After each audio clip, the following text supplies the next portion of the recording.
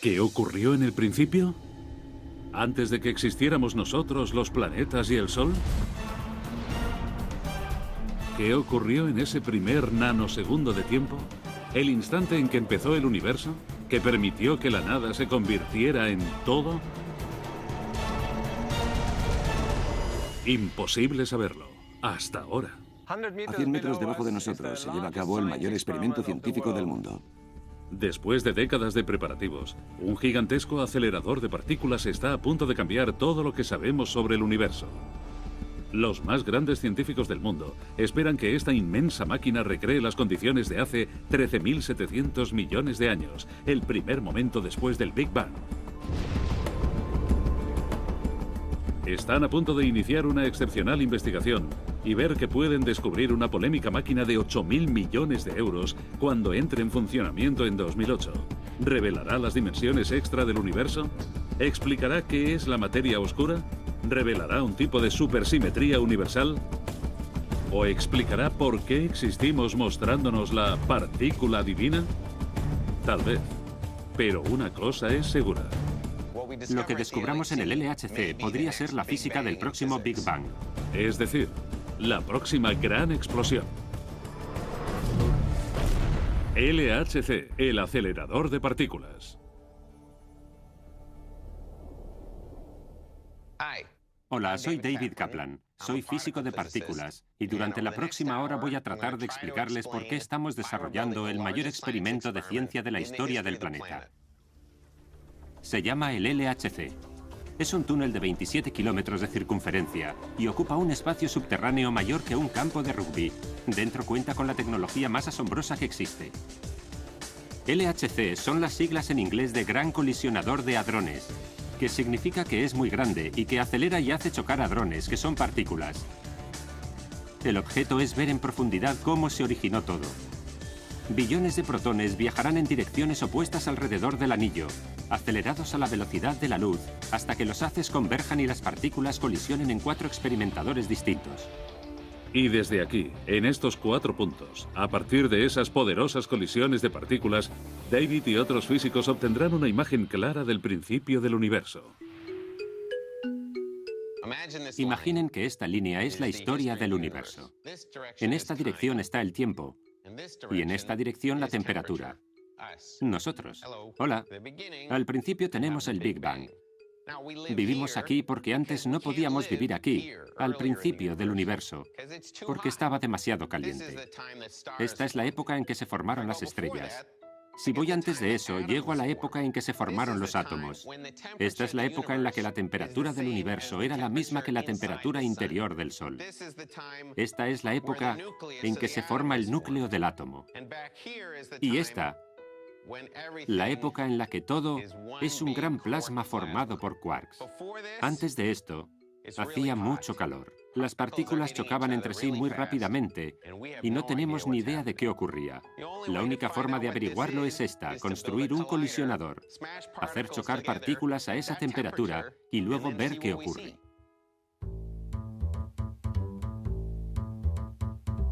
El gran LHC subterráneo está ubicado en Francia y en Suiza. Los haces de partículas vendrán desde lados opuestos de la frontera para que choquen literalmente muy fuerte. La física de partículas estudia e investiga cómo se formó todo. ¿Cuáles son las partículas fundamentales de las que todo se hizo? Las partículas están por todas partes. Lo hacen todo. Las montañas y el cielo. Los árboles, las vacas, la hierba, las aves, la tierra, las personas. Todos son partículas. Lo que hace que todos los objetos sean diferentes entre sí es la combinación de sus partículas. Pero si miramos profundamente dentro de algo, por ejemplo el agua, vemos moléculas hechas de átomos.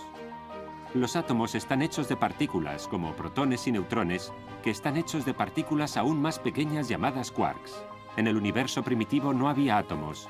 Los quarks y otras partículas chocaban entre sí con una enorme energía. Para reproducir ese estado, el LHC debe hacer colisionar los protones a la velocidad de la luz. A veces hacemos partículas que tienen mucha más masa que las partículas entrantes, y eso se debe básicamente a que estamos convirtiendo la energía en masa. Podemos crear partículas que tal vez no existan naturalmente. Por lo menos ahora no se originan naturalmente, aunque sí se originaban en los primeros instantes del universo. Cuanto más fuertes sean las colisiones, más nos acercamos a la temperatura del Big Bang. Para entender eso, hay que comprender qué es la temperatura. ¿Qué es la temperatura para un físico? Son solo partículas en movimiento. Así que cuando el horno está caliente, es porque todas las partículas se están moviendo muy rápidamente. Y cuanto más rápido se mueven, más se calienta. La temperatura tiene que ver con la energía. Cuando el universo estaba muy caliente, todas las partículas del universo se movían muy deprisa y se rompían unas contra otras. Cuando golpeas algo con un martillo, parte de la energía cinética del martillo calienta ese objeto. A temperaturas altas, tienes superpartículas primigenias y chocan constantemente. Cuando las partículas chocan, se crean temperaturas altísimas, miles, si no millones de veces la temperatura del núcleo del Sol. Haciendo colisionar grandes cantidades de partículas a la velocidad de la luz, casi alcanzamos la energía del Big Bang. Esa enorme energía es equivalente a la alta temperatura de los primeros tiempos del universo. Antes de que las partículas puedan colisionar en el LHC, tienen que correr por una serie de aceleradores más pequeños. Lo primero que hay que hacer es dar impulso a los protones.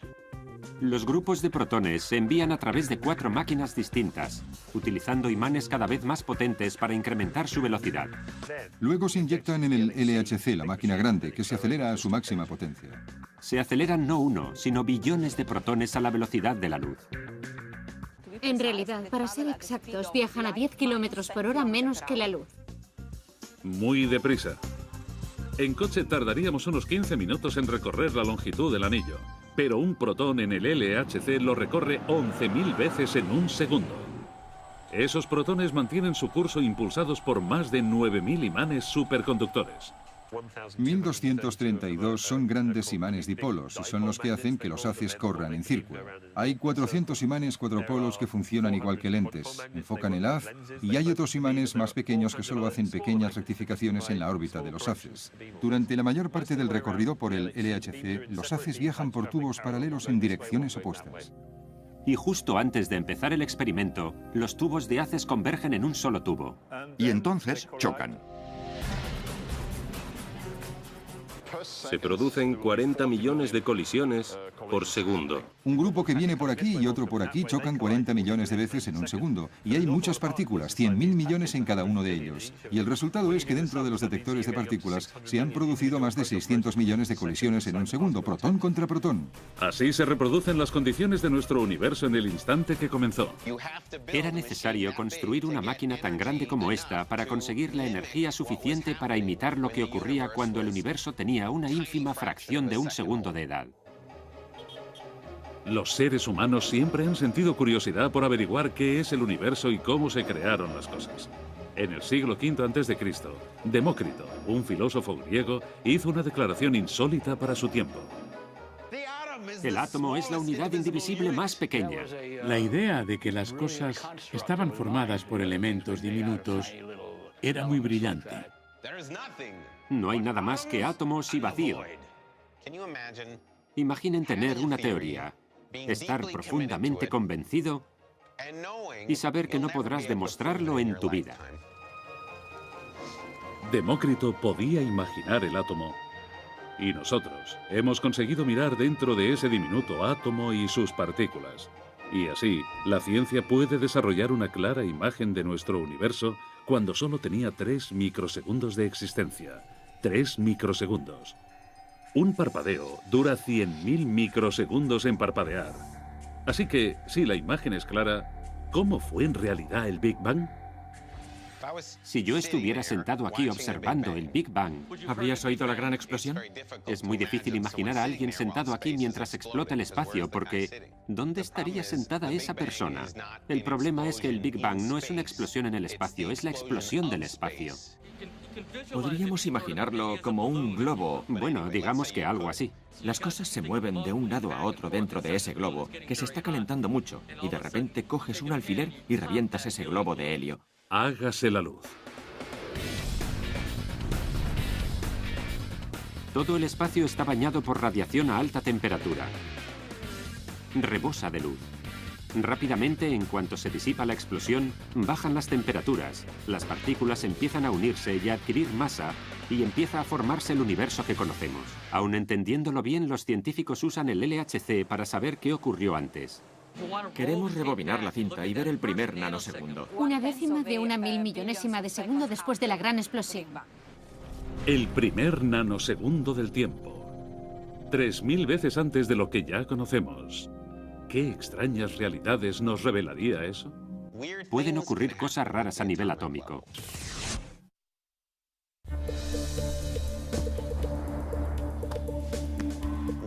Pueden ocurrir cosas raras a nivel atómico. Las cosas pueden ocurrir en dos lugares a la vez. Hay una posibilidad de que no ocurra en ningún momento. La mecánica cuántica dice que no hay nada sólido. Dicen que hay una posibilidad de que esta pelota pueda pasar a través de esta silla. No es lo que experimentamos en la vida diaria. Para que algo ocurra hay que hacerlo muchas veces. Pero puedes estar golpeando la silla con la pelota 100 billones, billones, billones, billones y billones de veces y luego lo consigues a la 10ª vez. Función de probabilidades. Podríamos tener un mejor sentido de la probabilidad si no la atravesara una vez al azar. Sí, hay una posibilidad de que ocurra algo en cualquier momento, pero la realidad es una función de probabilidades. Hay probabilidades para que ocurran cosas muy extrañas en el LHC. Por ejemplo, podrías producir un agujero negro. Bueno, si el LHC produce agujeros negros, les aseguro que los físicos estarían increíblemente emocionados. Es improbable, pero hay una posibilidad de que pudiera ocurrir. ¿Un agujero negro? ¿Eso no sería peligroso? ¿Podría tragarse la Tierra? Un agujero negro producido en el LHC no podría tragarse la Tierra. Sería del tamaño de un protón, más pequeño. Sin embargo, hay muchas posibilidades de que el LHC nos ayude a comprender qué es la materia oscura. Por primera vez en la historia, es posible que el LHC pueda producir esa materia oscura casi inobservable que forma la mayor parte de la masa del universo. La materia oscura es diferente a un agujero negro. Hasta que el LHC entre en funcionamiento, la materia oscura seguirá siendo desconocida para nosotros, aunque sabemos que está ahí. ¿Qué es la materia oscura? No son átomos, es otra cosa, partículas sobre las que hasta ahora solo hemos especulado. Y no sabemos de qué está hecha. sería maravilloso que pudiésemos producir las partículas que constituyen el 25% del universo. Las llamamos materia oscura. No tiene nada que ver con el lado oscuro. Miren las estrellas. Todos esos cuerpos brillantes son una pequeña fracción de lo que ocurre ahí. El resto es principalmente materia invisible, partículas que desconocemos. Las llamamos materia oscura. En este momento la materia oscura pasa a través de usted a más de 170.000 kilómetros por hora. Lo que esperamos producir en el LHC es la partícula relacionada con la materia oscura. Eso cambiaría nuestro conocimiento del universo de un 4 a un 30% de la noche a la mañana, así que sería un gran adelanto. Darth Vader sigue a salvo. Para entender qué es la materia oscura, primero hay que saber qué es esa materia. Y ese proceso no se podría haber iniciado sin algo que ahora tenemos, la experimentación, un método que un hombre con un telescopio incorporó a la ciencia. Galileo Galilei fue uno de los primeros científicos modernos. Dejó caer una moneda y una pesa de 24 kilos y cayeron a la misma velocidad. Galileo modernizó el telescopio y observó las estrellas para ver qué había ahí. Lo hacía para intentar averiguar de qué estaba hecho el mundo. Es un método experimental diferente al que empleamos hoy. Y elaboró la teoría de los átomos. Aunque Galileo iba por buen camino, no sabía que los átomos y todo lo demás está compuesto de partículas, muchas más partículas de las que pudo imaginar jamás. La primera visión de esas partículas dentro de la estructura atómica fue a finales del siglo XIX, cuando Ernest Rutherford descubrió que había algo dentro. Lo llamó núcleo. Fue entonces cuando empezó la física de partículas. Históricamente fue el primer experimento importante de ese tipo que Rutherford realizó a finales del siglo XIX. Esto reproduce exactamente lo que Rutherford hizo hace 100 años. E hizo un experimento con las partículas más energéticas que se conocían entonces. La fuente radioactiva despide lo que llamamos partículas alfa. Por ejemplo, si giro esto con el propósito de que la fuente mire directamente hacia el detector, consigo un recuento alto. Girándolo de esta manera, si los átomos estuvieran hechos de gelatina, las partículas alfa tendrían que atravesarla y nunca llegarían al detector. En realidad consigues una partícula alfa cada 20 o 30 minutos. La radiación pasa y choca contra la hoja de oro, pero vuelve y entra en el detector. Eso suponía que había un núcleo duro, y por lo tanto que los átomos eran como un sistema solar con algo sólido a su alrededor y que no se expandía como la gelatina. En cuanto Rutherford hizo ese experimento y lo interpretó, supimos que era el átomo. Era la primera vez que sabíamos que era el átomo.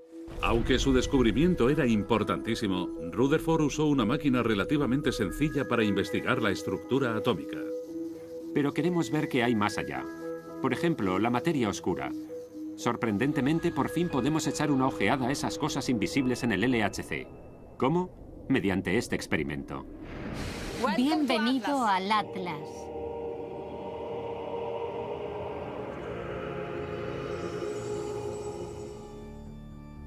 Si el LHC es el microscopio más grande del mundo, el Atlas es la lente más enorme del mundo, concebida para enfocar las partículas más pequeñas del universo.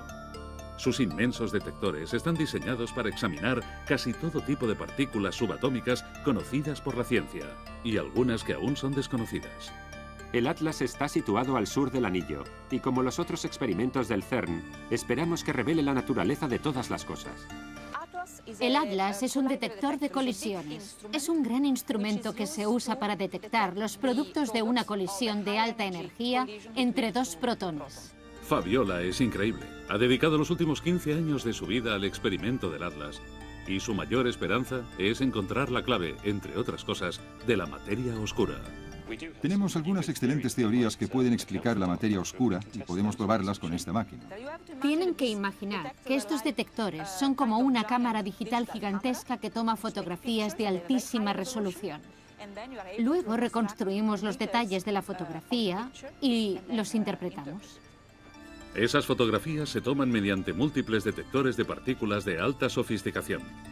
Cada colisión de partículas en el Atlas crea cientos de partículas adicionales que se desplazan a través del detector. El análisis del recorrido y la vida de cada partícula nos dice cómo fue ese primer nanosegundo, y entre esos grupos de partículas hay una que despierta un interés especial en Fabiola. Hay una que se llama neutrino, que tiene todas las características adecuadas para ajustarse a nuestro conocimiento actual de la materia oscura. La teoría es que el universo contiene muchas de esas partículas que podrían explicar la materia oscura. Pero hace falta una gran tecnología para verlos. Los componentes de los detectores están hechos de materiales diferentes que incluyen píxeles de silicona de 40 micras. Y la micra es una millonésima de un metro.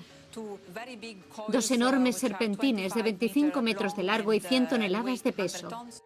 El experimento es un prodigio de ingeniería. Esta es solo una de las grandes salas que tenemos. Puede parecer desordenada, pero el hecho es que cada cable y cada tubo están numerados y sabemos qué caminos siguen. Es una gran base de datos, pero hay que conocerla, porque si quieres seguir un cable defectuoso o algo así, tienes que saber dónde está y obviamente cuando llegas al final, 100 metros más allá, tienes que saber dónde va. Los detectores del Atlas son capaces de grabar los 600 millones de colisiones por segundo. Si se archivaran, esos datos llenarían todos los discos duros del planeta en un día. Por eso, se ha creado un sofisticado sistema automático para analizarlos en tiempo real y archivar 100 de las mejores colisiones entre los millones que ocurren cada segundo, cada minuto, cada hora y cada día. Eso supone que cada mes el LHC producirá y analizará 1,5 millones de billones de colisiones. Es uno de esos números realmente grandes. Es uno de esos números de la física que sobrecogen, como el tamaño relativo de un grano de arena. Cogemos un grano de arena, un solo grano de arena.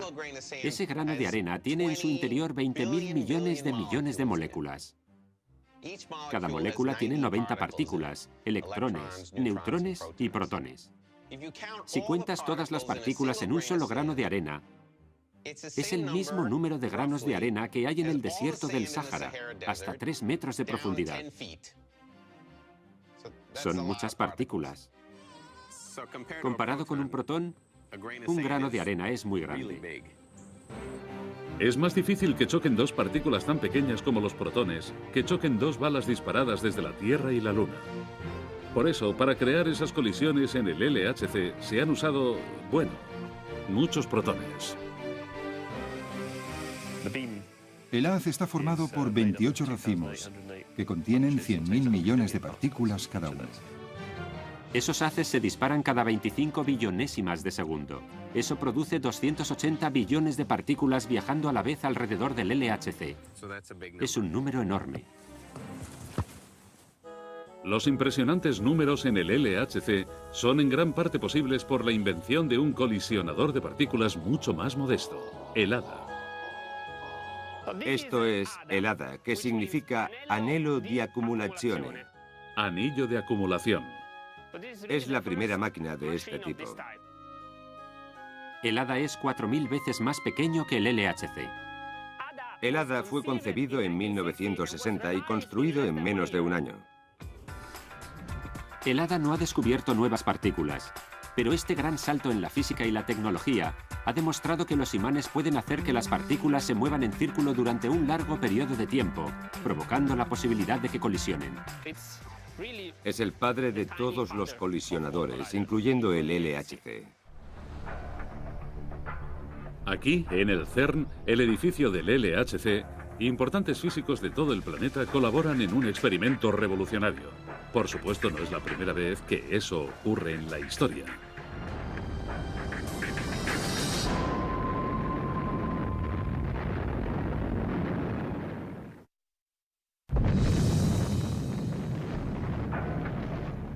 En 1941, el físico Julius Robert Oppenheimer y algunos de los científicos más brillantes del mundo emprendieron un experimento llamado Proyecto Manhattan. Se prohibió a los científicos que hablaran sobre lo que hacían, que no es la forma en que trabaja ahora la ciencia. 4 años después de trabajar a puerta cerrada, habían creado y probado la bomba atómica. Poco después fue creado el CERN para redimir el nombre de la ciencia. 12 países crearon conjuntamente el laboratorio del CERN aquí en Ginebra. El CERN no es el Proyecto Manhattan. Mucha gente entra y dice, supongo que no se pueden hacer fotos, y les decimos que sí, que pueden hacer tantas como deseen, que no hay secretos. Y el LHC no es una bomba. No va a desintegrar a las personas. El CERN es un laboratorio para investigaciones importantes. Se nos prohíbe hacer cualquier otra cosa. Después de 30 años de ciencia de puertas abiertas, el CERN dio un paso enorme. En 1983 empezaron a excavar el túnel para un gigantesco acelerador de partículas. Ese mismo túnel sería el espacio para lo que ahora es el LHC. El colisionador que solo podían imaginar hace 25 años. Y ahora, en el LHC empezarán a colisionar partículas a un nivel de energía jamás alcanzado por una máquina, claro. Se cree que reproduciendo el instante posterior al Big Bang, veremos las pruebas de otra sorprendente posibilidad, las dimensiones extra del universo, más allá de lo que podemos ver. Las auténticas dimensiones físicas del espacio. Explica eso, David. ¿Qué son las dimensiones adicionales? Dios mío. Hay esto, esto, y luego hay esto. 3 dimensiones. Las cosas tienen 3 dimensiones. Pensamos en X, Y y Z. En el espacio a 3 dimensiones y además el tiempo. Una dimensión extra sería otra dimensión. Está en un ángulo recto a esas 3, pero es difícil imaginarlo. Aunque es casi imposible visualizar las dimensiones extra, recuerden que un microbio en un trozo de papel nunca podría ver un universo más allá de ese trozo de papel en 2 dimensiones. Por definición tendría que ser muy pequeño porque no lo vemos. En otras palabras, no vivimos en esa quinta, sexta o séptima dimensión. ¿Cómo ves algo pequeño? ¿Qué haces para algo pequeño? A veces tienes que hacer grande algo pequeño para verlo. Apilando varias hojas de papel o solapándolas, consigues las dimensiones extra. La cuestión es cómo y dónde encontraríamos señales de las dimensiones extra. Cuando 2 protones chocan, tienen más energía comparándolos con las colisiones que hemos estudiado anteriormente. Sobrepasan el umbral y entran en un régimen donde se pueden visualizar esas dimensiones extra. Albert trabaja al otro lado del anillo del Atlas. Su experimento de detección se llama CMS. Son las siglas en inglés de muón solenoide compacto. Pero no se dejen engañar por el nombre, no es compacto en absoluto. Es un aparato de 50 metros de altura y 24 metros de largo. Muy grande. Bienvenidos al CMS. El corazón del CMS es el único, el mayor y el más potente de los superconductores magnéticos jamás construido. Si se liberara de una vez toda la energía, sería suficiente para fundir 20 toneladas de oro en un instante. Este experimentador que ven, en realidad consta de varios módulos. Lo forman 15 módulos diferentes y fueron construidos en la superficie antes de bajarlos a este agujero. El más grande de estos módulos pesa alrededor de 2000 toneladas y contiene más hierro que la Torre Eiffel. Igual que Fabiola y el Atlas, Albert y el CMS buscan incansablemente con sus detectores señales de materia oscura y otros descubrimientos, incluyendo las dimensiones extra. Tenemos un número especial de detecciones que sabemos que son eventos que vamos a ver o que vamos a buscar. Por ejemplo, si chocaran dos quarks y produjeran un gluón y un gravitón, una partícula que escapara al detector, podríamos haber dado en el blanco. Lo que veríamos es un enorme chorro yendo en una dirección, que repentinamente se detiene por sí solo, con lo que faltaría por ver gran parte del fenómeno. Este típico ejemplo de una colisión de partículas en el CERN podría ser una inesperada pérdida de partículas o chorros, lo que significa que las partículas podrían haber escapado literalmente hacia las dimensiones extra. Dimensiones extra, apasionante. Yo no pensaría en ellas como si albergaran una diferente forma de vida, porque creo que estamos hablando de algo muy pequeño, de entre 10 a la menos 15 y 10 a la menos 20 metros. Son bastante pequeñas. No es algo a lo que lanzarías una pelota y desaparecería. Pero, ¿qué significa eso para mí? ¿Qué significaría para usted si encontrásemos las dimensiones extra? ¿Cómo voy a saberlo? No sé qué significa, ni siquiera sé qué significaría para mí. Es mucho más que una teoría intelectual, porque si las encontramos, existen de verdad. Y el hecho es que no es ciencia ficción, es una parte asombrosa del mundo de la física. Todos los experimentos en el LHC, el CMS, el Atlas, el ALICE y el LHC-B intentarán probar miríadas de teorías, como las de las dimensiones extras, usando tecnologías totalmente diferentes. Eso te da confianza en tus resultados. Una cosa que comparten son la gran cantidad de datos con los que operan. En el CERN tendremos unas 10.000 CPU para analizar los datos del LHC. Habrá varios centros con grandes computadoras por todo el mundo. Y todas estarán conectadas a una red informática. Y con esa red informática será como tener una sola computadora con más de 100.000 procesadores. Es impresionante. ¿Qué consigue con esto el resto del mundo? Aparte de los miles de avances científicos que se han llevado a cabo en el CERN durante años, también ha habido algunos beneficios inesperados que han nacido allí. La World Wide Web se inventó en el CERN, como ya saben. En las primeras etapas de la creación de esa red informática, el departamento de IT del CERN desarrolló un método para usar la estructura ya existente de Internet para dar información a los físicos de todo el mundo. El CERN tenía lo que necesitaban, así que crearon la infraestructura y la llamaron World Wide Web. Sí, perfecto. El LHC creó la red. Y ahora la usas cada día. Y también otros juguetes generados por la física. Gracias a la mecánica cuántica tenemos esos teléfonos móviles, radios y todas esas comodidades burguesas sin las que ya no podemos vivir. Tengo que contestar, perdónenme. La ciencia es la que desarrolla las ideas y a veces conseguimos que sean útiles para los demás. El hecho de que exista la World Wide Web demuestra lo que están intentando hacer y te da un sentido de la fuerza que esas personas ponen en responder a estas preguntas.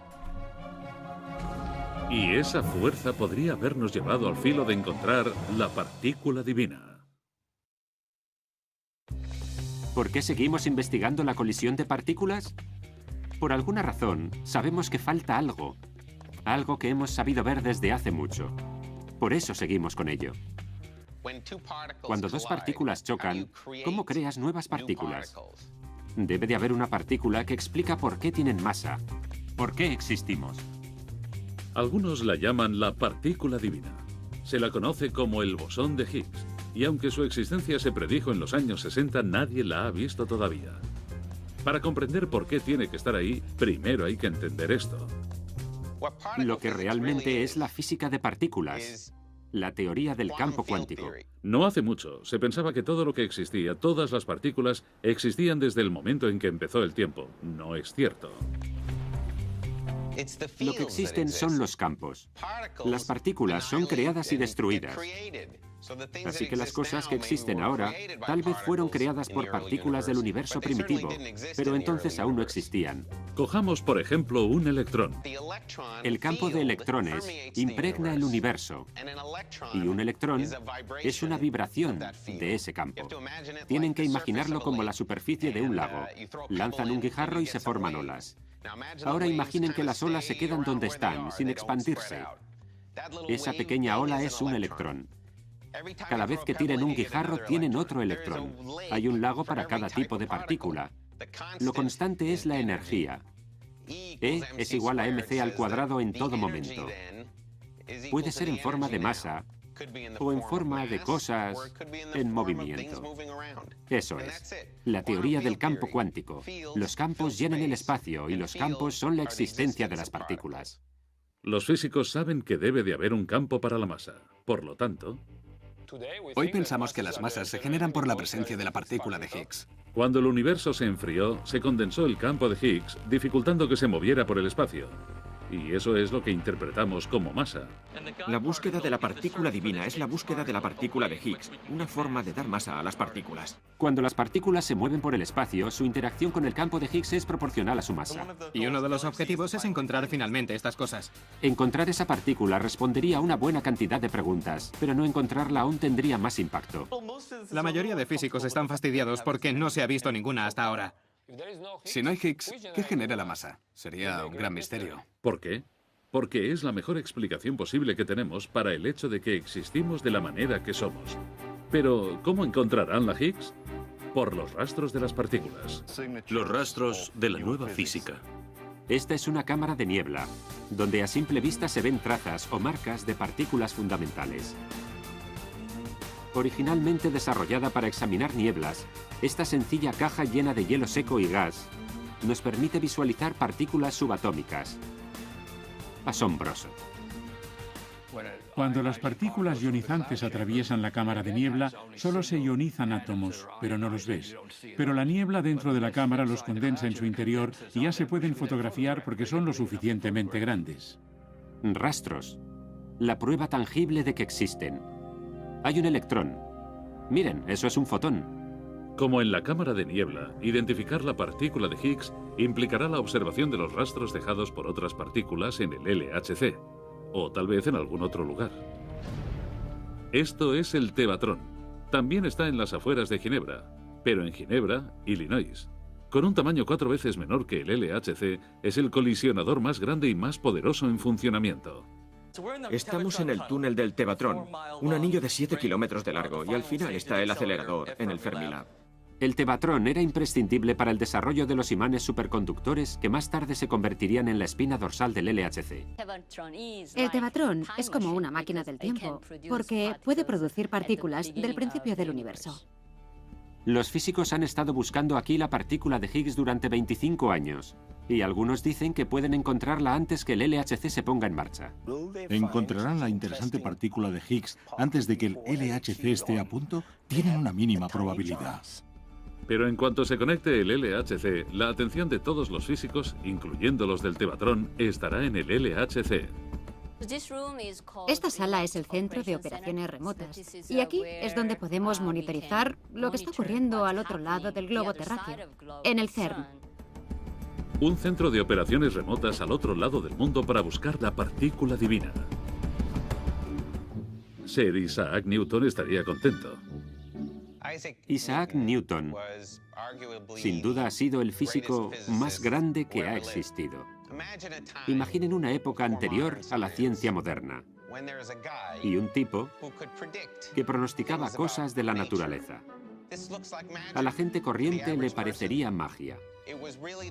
Fue el nacimiento de lo que llamamos ciencia. Proponía algo y no solo predecía el resultado cualitativamente, sino también cuantitativamente. En relación con nuestro detector, las leyes de Newton tienen un efecto enorme. Bien, tenemos que construir un detector estructuralmente seguro y que resista la gravedad. La forma de pensar newtoniana. El mundo planteaba una pregunta: ¿por qué funciona esto? No sé, y no voy a suponer que lo sé. Voy a intentar responder a la pregunta y hacer pruebas para ver si mi respuesta es correcta. Esa es la forma de descubrir cómo es el mundo en el que vivimos hoy. Es un mundo newtoniano, pero también es el mundo de la mecánica cuántica. De hecho, es un mundo de mecánica cuántica y ha sido así desde el primer nanosegundo de la historia. La mecánica cuántica describe las leyes que controlan la física de partículas subatómicas, cómo actúan. A nivel cuántico, las leyes de Newton se debilitan.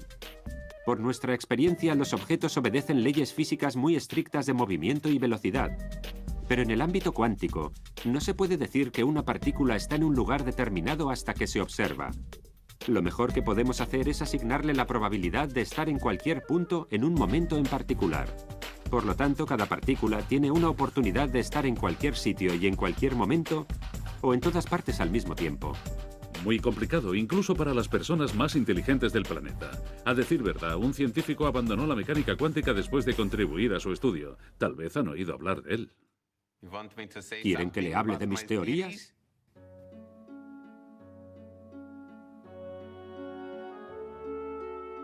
Einstein es muy especial porque hizo todo eso solo, abordando un problema que otras personas ni siquiera se atrevían a atacar. Todos trabajamos con Dr. Einstein. Es un buen amigo mío, en cierto sentido, porque los aceleradores no funcionarían sin Einstein. De hecho, trabajo con Einstein todos los días. Se ha convertido en algo tan natural que ya no me asustan esos conceptos.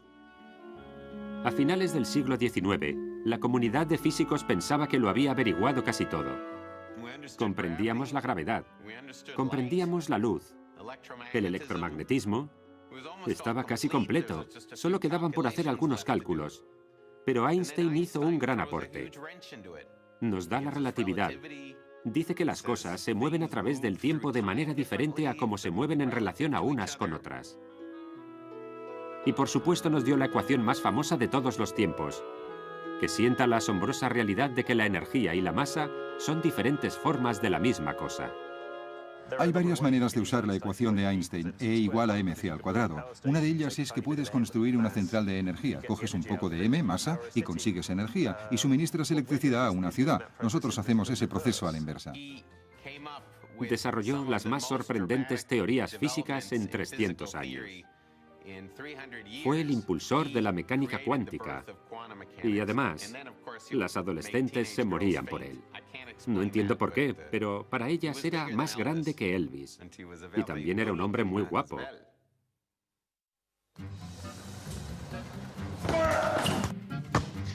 Algunas personas temen que el LHC pueda producir algo peligroso. Dicen que vamos a crear agujeros negros que destruirán el universo. Que el LHC puede ser usado como arma o algo así. No construimos una bomba. No se construye ningún tipo de arma. Son necesarios 28 kilómetros para producir un haz con esa fuerza. No es muy práctico. Sin embargo, es práctico para producir ciencia de vanguardia. Y lo que se espera del LHC es que veremos cosas que no hemos visto nunca y que entenderemos cosas que no hemos comprendido hasta ahora. ¿Por qué está escondido ese gran LHC en un túnel a 100 metros bajo Europa? Había que colocarlo en un túnel. La principal razón para que esté en un túnel son los rayos cósmicos que llegan desde fuera de la Tierra y bombardearían los experimentos. Dentro de un túnel, los rayos cósmicos no afectan a los haces. ¿La profundidad evita que los rayos cósmicos alteren los resultados? Pero lo más importante es que cuando se activa el haz, mientras se mueve, emite una radiación. La radiación sale y se necesita algo que impida que la radiación salga del túnel. Radiación. Y por eso no se puede estar en el túnel cuando está funcionando. Si estuvieses en la sala de colisión y te abrazaras al tubo de haces mientras funcionara el colisionador, morirías instantáneamente por la radiación. La gran pregunta es, ¿qué pasa en realidad con la radiación? Cuando ya no queda ninguna partícula, no hay radiación. Cuando está apagado, por supuesto, no hay radiación. Pero el LHC no está exento de peligros, y por eso se tiene un extremo cuidado para que las personas y la máquina estén seguras. Con cientos de billones de protones viajando con tanta energía, hay una situación que preocupa particularmente a los científicos del CERN. Un desastre llamado sobrecarga. Para conseguir que esos protones corran en círculo tan rápidamente por aquí, usamos campos magnéticos muy potentes. Para generar esos campos magnéticos, utilizamos una corriente eléctrica que fluye por un cable. Una corriente eléctrica de 12.000 amperios. Teniendo en cuenta que la corriente que llega a los edificios de viviendas es de unos 100 amperios, los 12.000 amperios del LHC deben ser conducidos por un cable superconductor, y hacer que funcione requiere mucho trabajo. La temperatura es muy baja. Hay que mantener el cable a una temperatura muy baja, casi tan fría como el lado oscuro de Plutón. Para conseguir esas bajas temperaturas, de unos 260 grados bajo cero, usamos helio líquido. Que es muy peligroso. Esas cosas no se pueden tocar. Porque está tan frío que te congelarías totalmente. Si la temperatura del helio líquido aumenta unos pocos grados, los resultados pueden ser desastrosos. Puede ocurrir algo que haga que el cable superconductor se caliente, que suba la temperatura del superconductor y que repentinamente esos 12.000 amperios hagan resistencia eléctrica. Eso es una sobrecarga. El cable actuaría como cualquier otro cable, como un calentador. Calienta el imán y el helio líquido se convierte en helio gaseoso. Todo eso en una fracción de segundo. Hay que expulsar ese gas mortal de ahí. Hay que sacar el gas, porque si no el imán explotaría. Lo que por supuesto quieres evitar. Se necesitan sistemas muy sofisticados para detectar las sobrecargas antes de que se produzcan, y cuando se prevé, se corta la corriente enseguida para evitar las resistencias. Porque si el imán explota repentinamente, el haz con la fuerza de un portaaviones chocando con una playa a 60 km por hora estaría circulando fuera de control. Cuando oyes decir a los chicos de LHC, Dios mío, una sobrecarga, sabes que tienen un buen problema, por lo que una sobrecarga puede ocasionar. El haz puede perder el rumbo, entrar en el imán y abrir un agujero de un lado. Si se perdiera un haz, abriría un agujero en la pared de 100 metros de profundidad. Te preguntas, ¿si me alcanzara un haz me evaporaría? No te evaporarías, solo te morirías, y creo que relativamente deprisa. Esa es otra razón por la que no hay nadie en el túnel durante la operación. Pero el costoso equipo corre un peligro real. Es algo con lo que tendremos que contar, pero lo que puedo asegurar es que cada imán de ese túnel ha sido probado y aislado totalmente de la superficie. Todo este trabajo, toda esta tecnología y todos estos riesgos para averiguar algo que podría explicarlo todo sobre la supersimetría. Los fundamentos de la supersimetría dicen que debe de haber una simetría entre las partículas y las fuerzas. ¿Qué diablos es la supersimetría? Supersimetría, es una idea. La supersimetría es una teoría en donde cada partícula tiene su propia superpartícula. Por cada partícula conocida, como el electrón, hay alguna otra partícula que es la pareja de esa partícula. La superpartícula. Pero es más pesada, con más masa. Si nos esforzamos, deberíamos encontrar una copia de este mundo, donde hay una fuerza que mueve las partículas, todo tipo de partículas, y hay partículas para cada fuerza. Es una simetría entre la materia y la fuerza. Los físicos suelen comparar la supersimetría con un espejo. Tienes un espejo y a un lado del espejo está el auténtico universo, y al otro lado del espejo están las superpartículas simétricas. Todos quienes creen en la supersimetría piensan que cuando llegamos a energías lo suficientemente altas, el espejo se rompe y que se ven las partículas y sus superpartículas al mismo tiempo. El LHC puede encontrar la supersimetría y ese tipo de cosas, las dimensiones extra, la materia oscura o la partícula divina. Todas esas teorías están ahí para intentar explicar qué puede estar ocurriendo a esa temperatura fundamental, a esa energía fundamental que parece ser una parte subyacente de la física de las partículas. Pero también podrían encontrar otra cosa. El LHC podría encontrar algo en lo que ni siquiera pensamos. Que podría ser el descubrimiento más grande de todos. Y todo eso lleva a la pregunta definitiva. Sabemos lo que estamos buscando, cómo funciona, dónde está, qué forma tiene, pero todavía tenemos que entender por qué. ¿Por qué? ¿Por qué? ¿Por qué? ¿Por qué? ¿Por qué? ¿Por qué recorrer tales distancias solo para presenciar la producción momentánea de esas partículas históricas? Porque tengo que hacerlo. En la naturaleza se producen una infinidad de fenómenos y en nuestras manos está descubrirlos. Quiero encontrar la verdad. Estoy aquí para eso. Hay muchas cosas desconocidas ante nosotros. Esa es la verdad.